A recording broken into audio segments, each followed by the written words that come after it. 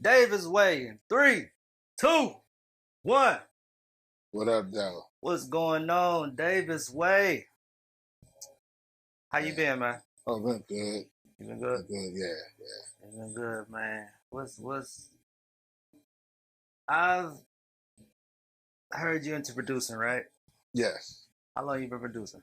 I've been producing for 5 years. Been making beats for 7. 7? Yes. Whew. Wait, so okay, you said producing for 5 years, making beats for 7. What's Yeah. the difference? Producing is a lot more intricate. You have to understand the artist you're working with. Yeah. So they may have an idea or concept of the beat they want, but you had to like mentally translate what they're saying into like an instrumental. Okay. Okay. And then it's just beat making is like what? You make a beat, if people feeling it, they'll buy it. But as a producer, you working one-on-one and understand the artist you're working with. Okay. Okay, so where do you originate from? Where you from? What's the I grew up in Highland Park. Okay. Michigan. Yeah, Highland Park, Michigan. About 93, 94, moved to Detroit. Went to Northern High School, graduated class of 99. Okay. Congratulations, yeah. Yeah. Let's see. I got into I got into producing in a very interesting way. So I was at the casino and they was giving away iPods. Okay. Like you just randomly win an iPod if they call your name. Right. I won an iPod. Had no computer. Bought a computer. Put music on the iPod. Felt like, okay, I need to do something else with this computer. Bought music equipment. Programs. Started working on the programs on that same computer.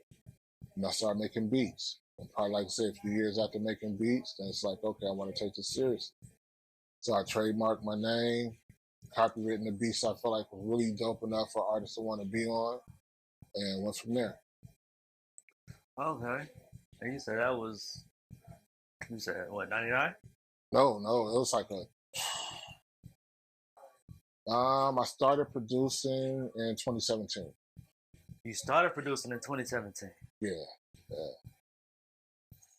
But like that time period from 21 to 35, Yeah. I was just at the casino. Oh, okay. Just game winning. Just Yeah. Okay. Okay. So big gambler. So what was your games at the casino? Actually, it was slot machines. Slots? Yeah. What? The penny slots, dollar slots? Penny slots mostly. Penny slots. Okay. Yeah, because like with the casinos, you have to understand the chip that's in the slot machine, and certain casinos don't adjust the capacity as far as if it's an easy or a hard on the chip in the machine. So when you see on the news, a casino may say they made such and such amount of profit, it set they chip to the maximum hardest level, so it's harder to win there. But if a casino is taking a loss, it's because they're giving away more money. So that's the one you most likely got a better chance of winning. Okay. So like, was Michigan the only casinos you've been in, or you been in like more casinos across? I went to Windsor. I like Windsor for the fact that if you win over $1,000 there, you don't have to pay no taxes on it. Okay. But if you set up a bank account over there, you can put your money in the bank account over there and wire it however you're gonna wire it. Okay. You ever been to the Windstar in Oklahoma? No. Good one. Good one to go to. That's personally, Okay. I'm telling you, that's a good one to go to. Okay. But okay. So okay, back to producing. You said okay, 2017. Okay, you started producing. I just had a conversation yesterday with another producer, and they were talking about the new age producers versus old age producers and how they use that lead hi hat on all they beats or whatever. So like, far as that, like, how do you feel, as far as new age versus, old age? Like, Um,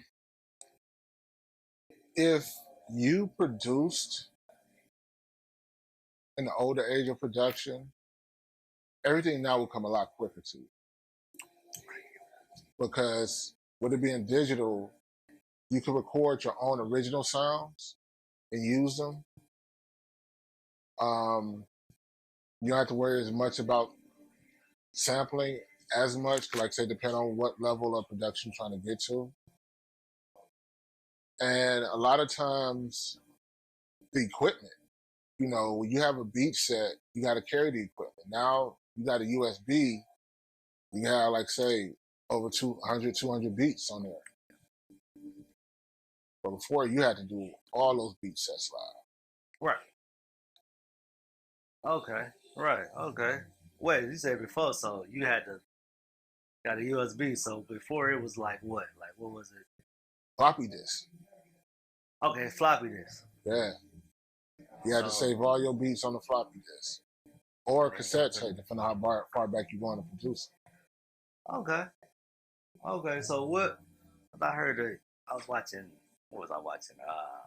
Matt Hoffa was called. And they was talking about a producer where they had to, they had to bring everything to the studio in order to make the what's called. Was that like something? Like what they all they had to bring? Like what? AK. You had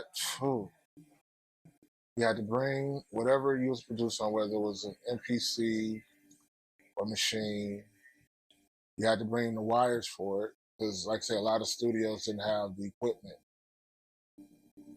the wiring.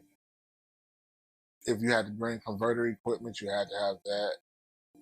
And a lot of times, depending on the artist or the producer, you had to make the beats on the spot. Like, they wanted production from you for the namesake because they know your style. But then they wanted it to be original and organic as far as the chemistry of creating the song. Okay. Versus now where now you can still do it, but it's like if you bring 40, 50 beats on a flash drive, let them run through it, pick which ones they want, and go from there. Like I said, the time consumption is better, especially when you're paying for studio hours.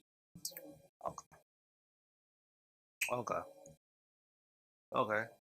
So people, how could I ask this? Because I just did a interview with a couple guys where they was dissing the NPC producers. They loop producers. Yeah. So what's your take on, as far as the new generation of people, like they don't even use the NPC now. They just straight, they just get, this sound kit, that sound kit, yeah. I guess, personally for me, if you are a producer and being yourself, that's the best way. Whether if it was MPC or with a loop. If a person wants your beat and want to buy your beat, or if you feel like your beat is dope enough for the masses, go for it. A lot of times for me, I'll intertwine the two. Okay. Okay, for sure. All right. So, I'm just curious. Do producers ever have, tension with other producers?